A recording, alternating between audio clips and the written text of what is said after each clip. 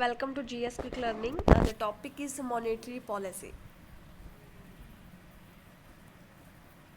So first of all, let me discuss the meaning of monetary policy.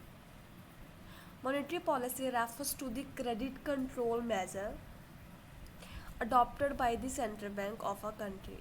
So basically ये होता क्या है, monetary policy means कि credit को कंट्रोल करना, वी कैन से दैट कि सोसाइटी में जो है मनी को कंट्रोल करना, सो दैट कि जो लोगों की परचेजिंग पावर है वो अच्छी सी बनी रहे, ना ही वो ज़्यादा इंक्रीज़ हो ना ही वो ज़्यादा डिक्रीज़ हो। सो इससे बहुत ही प्रॉब्लम्स होती है। जब वो इंक्रीज़ हो जाती है इन्फ्लेशन ज़्यादा हो जाती है, और जब वो डिक्रीज़ होती है तब भी जो इकॉनमी की कंडीशन जो बहुत ख़राब हो जाती है। सो उसको जो बैलेंस रखने के लिए प्रॉपर अच्छे से क्रेडिट कंट्रोल करने के लिए जो आरबीआई है वो पॉलिसी बनाती है, उसको हम कहते हैं मॉनेटरी पॉलिसी, जो मनी के साथ रिलेटेड होती है। इसके नाम से पता चल रहा है जो किसके साथ रिलेटेड है, मनी के साथ रिलेटेड है। कौन बनाता है इसको? आरबीआई। आरबीआई को हम क्या कहते हैं? सेंट्रल बैंक भी कहते हैं। ओके, सो बेसिकली ये यही है कि ये कंट्रोल करती है सप्लाई ऑफ मनी। इकॉनमी में जो मनी की सप्लाई हो रही है उसको कंट्रोल करती है कि उसका एफिशिएंट फ्लो बना रहे, ना ही वो इंक्रीज हो ना ही वो कम हो। ओके, सो नेक्स्ट हमारे पास आता है ऑब्जेक्टिव। कौन कौन से ऑब्जेक्टिव होते हैं, मॉनेटरी पॉलिसी क्यों बनाती है जो आरबीआई है? ओके, सो फर्स्ट हमारे पास आता है full employment. Full employment means कि जब जब प्रॉपर इकॉनमी में जो प्राइस है उसको सप्लाई है मनी की वो प्रॉपर होगी, तो ऑब्वियसली जो लोगों को प्रॉपर एम्प्लॉयमेंट मिलेगा और वो अच्छे से काम करेंगे, तो सप्लाई का फ्लो अच्छे से बना रहेगा। ठीक है, सो इसका एक ऑब्जेक्टिव है प्राइस स्टेबिलिटी की। इकॉनमी जो प्राइस है वो स्टेबल रखना, ना ही इन्फ्लेशन हो ना ही डिफ्लेशन हो, प्रॉपर जो है स्टेबल रखना प्राइस को।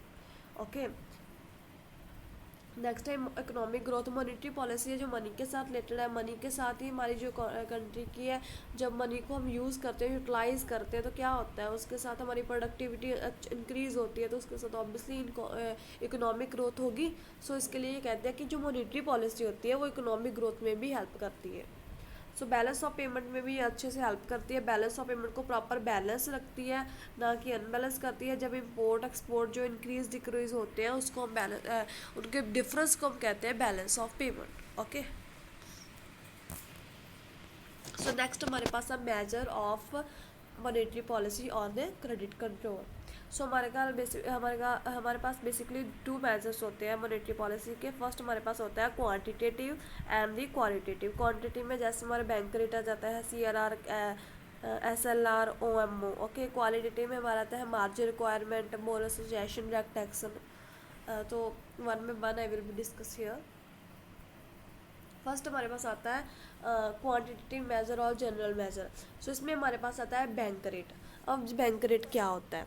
Bank rate refers to a rate at which central bank ready to land money to commercial bank. Basically इसका क्या मतलब है कि जो सेंट्रल बैंक होती है वो बेसिकली सबका फादर होती है ऑल बैंक्स का।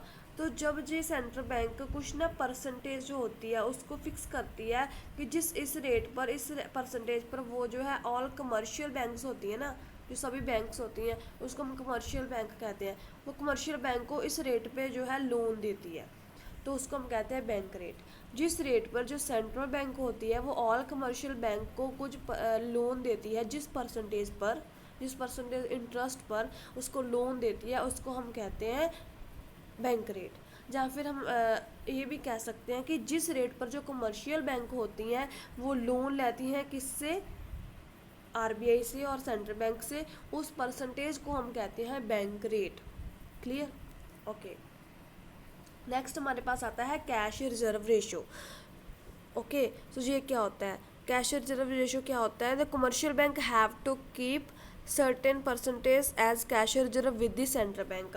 कहते हैं कि जो ये तो होती है हमारी सेंट्रल बैंक, ये हमारी होती है कमर्शियल बैंक। ओके, तो जो कमर्शियल बैंक होती है ना उनको क्या करना होता है कि कुछ जो भी उनके डिपॉजिट्स हुए हैं, जो भी इनकम होती है उनमें से कुछ परसेंटेज होता है उसको इसमें जो है डिपॉजिट करके रखना होता है।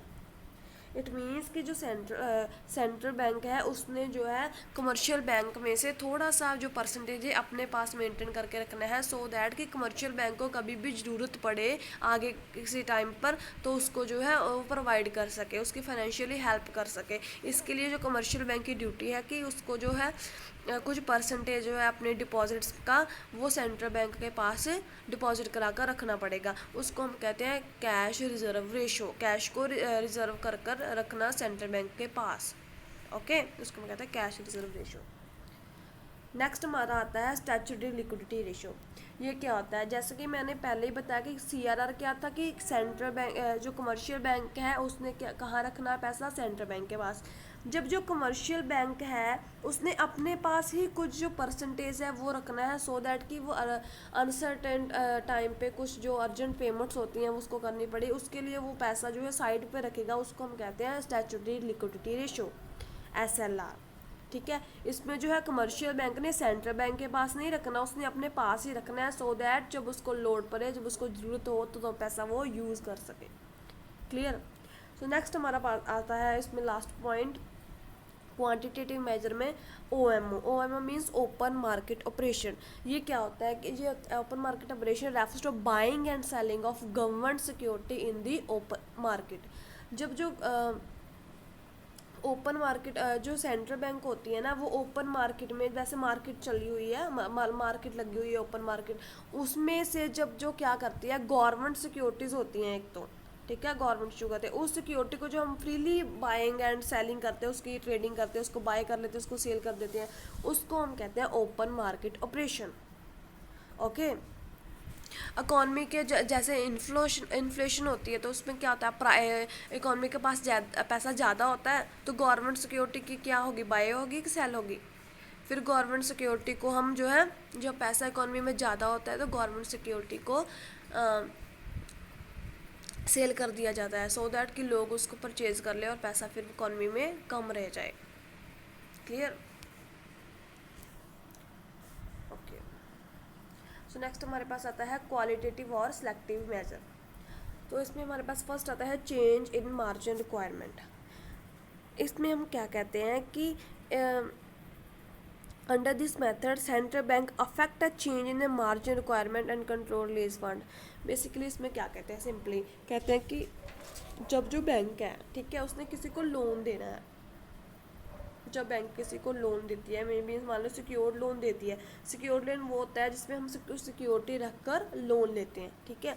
जब जो कहते हैं कि जब बैंक ने किसी को लोन देना है, मान लीजिए उसने 80 लाख का लोन देना है किसी को, 8 लाख का मान लीजिए लोन देना है किसी को, ठीक है, तो बैंक क्या करेगी, बैंक जो सिक्योरिटी लेगी ना वो उसकी अमाउंट कितनी होगी सिक्योरिटी की, 8 लाख होगी। ओके, सिक्योरिटी की अमाउंट नहीं, जो उसने लोन दिया है ना उससे ज़्यादा होनी चाहिए, कहते हैं मान लीजिए 10 लाख हो तब वो जो है लोन प्रोवाइड करेगी 8 लाख का किसी को। इसमें बेसिकली ये कहते हैं कि जब जो है सेंट्रल कमर्शियल बैंक होती है उसने जब लोन देना है किसी को, वो लोन की जो अमाउंट है और जो सिक्योरिटी की अमाउंट है, जो लोन की अमाउंट वो कम होनी चाहिए सिक्योरिटी की अमाउंट से। बेसिकली जो सिक्योरिटी उसने रखी है ना, मान लीजिए कोई एसेट रख कर लोन लेता है बैंक से, वो एसेट की जो वैल्यू है उस लोन की अमाउंट की वैल्यू से ज़्यादा होनी चाहिए, तभी जो है लोन दिया जाएगा। इसको हम कहते हैं change in margin requirement, so that कि अगर पर्सन ने जो है लोन वापस नहीं किया तो उसकी जो एसेट थी उसको हम सेल कर कर अपने पैसे जो है वसूल कर सकें। ओके, नेक्स्ट हमारे पास आता है रेगुलेशन ऑन कंज्यूमर क्रेडिट। इसमें बेसिकली क्या है कि जो कहते हैं कि जो आरबीआई होती है, मैंने जैसे कि बताया पहले कि जो मॉनेटरी पॉलिसी वो कौन बनाता है, आरबीआई बनाती है, रिजर्व बैंक ऑफ इंडिया। तो ये कहते हैं कि रिजर्व बैंक ऑफ इंडिया क्या करती है, कंज्यूमर को कंज्यूमर क्रेडिट के लिए हमें क्या प्रोवाइड करती है, रेगुलेशन प्रोवाइड करती है। कमर्शियल बैंक को ये रेगुलेशन प्रोवाइड करती है कि कैसे उसने जो कंज्यूमर है उनको क्रेडिट प्रोवाइड करना, मीन्स लोन कैसे प्रोवाइड करना है, कौन कौन सी जो परसेंटेज पर जो उनको देना है, सब ऑल टर्म कंडीशन जो है डिसाइड करते हैं कि ऐसे हमने लोन देना है, इतनी सिक्योरिटी रखनी है। ओके, सब टर्म कंडीशन फॉलो करती है कमर्शियल बैंक, जो सेंट्रल बैंक जो है डिसाइड करता है। सो ऐसे कहते हैं कि ये लोन रेगुलेशन प्रोवाइड करता है ऑनली कंज्यूमर क्रेडिट। नेक्स्ट हमारे पास आता है डायरेक्ट एक्शन। जैसे कि मैंने प्रीवियस पॉइंट में बताया कि रेगुलेशन प्रोवाइड करती है कि हमने कैसे जो है इकॉनमी में इकॉनमी में मनी को सप्लाई को ज़्यादा करने के लिए कैसे लोन देना है, कितने परसेंटेज, और जो रेगुलेशन प्रोवाइड करती है। सो उसे कहते हैं कि अगर जो कमर्शियल बैंक होती हैं, वो जो सेंट्रल बैंक के जब रेगुलेशंस रूल्स वगैरह नहीं मानती, नहीं फॉलो करती, तो क्या, तो कमर्शियल बैंक का प्रॉपर राइट है कि वो कमर्शियल सेंट्रल बैंक का प्रॉपर राइट है कि वो कमर्शियल बैंक के अगेंस्ट डायरेक्ट एक्शन ले सकती हैं। ओके, उनको पेनल्टी लगा सकती हैं। सो इफ़ जो कमर्शियल बैंक कोई भी डिफ़ॉल्ट करती है तो जो सेंट्रल बैंक है उसका फुल राइट है कि वो उसके ऊपर जो पेनल्टीज़ वगैरह लगा सकती हैं। नेक्स्ट हमारे पास आता है रेशनिंग ऑफ द क्रेडिट। सो इसमें ये कहते हैं कि बेसिकली क्रेडिट मीन्स क्या होता है, लोन होता है, लोन इसका मीन होता है जो कमर्शियल बैंक लोन देती हैं पब्लिक को, तो कहते हैं कि जो सेंट्रल बैंक है वो एक ना लिमिट फिक्स कर देती है, एक लिमिट फिक्स करती है कि इस लिमिट के बाहर जो लोन है वो नहीं प्रोवाइड किया जाएगा। जो ऑल कमर्शियल बैंक है उनको फॉलो करना पड़ेगा कि इतना ही लोन सबको प्रोवाइड करना है, इससे ज़्यादा लोन किसी को प्रोवाइड नहीं करना। तो इसमें बेसिकली क्या होता है कि सेंट्रल बैंक जो है फिक्स कर देती है अमाउंट जो लोन देना है। लास्ट पॉइंट हमारे पास आता है मॉरल सजेशन और एडवाइस। सो जैसे कि मैंने पहले ही बताया कि रेगुलेशन प्रोवाइड करती है कंज्यूमर क्रेडिट के लिए, डायरेक्ट एक्शन ले सकती है, रेशनिंग मीन्स फिक्स करती है लिमिट। वैसे ही कहते हैं कि जो सेंट्रल बैंक होती है वो क्या करती है, वो कमर्शियल बैंक को टाइम टाइम पर जो मॉरल सजेशन और एडवाइजेस देती है कि कैसे वो है अच्छे से और काम करें और अच्छे से और काम कर सकते हैं, कैसे लोन प्रोवाइड कर सकते हैं, कैसे डिपॉजिट को मेंटेन करके रख सकते हैं, कैसे अपनी एक्टिविटी को अच्छे से परफॉर्म कर सकते हैं। सो बहुत सारी इन्फॉर्मेशन एडवाइस प्रोवाइड करती है सो दैट वो अच्छे से जो है परफॉर्मेंस दे सके। Okay, so thanks.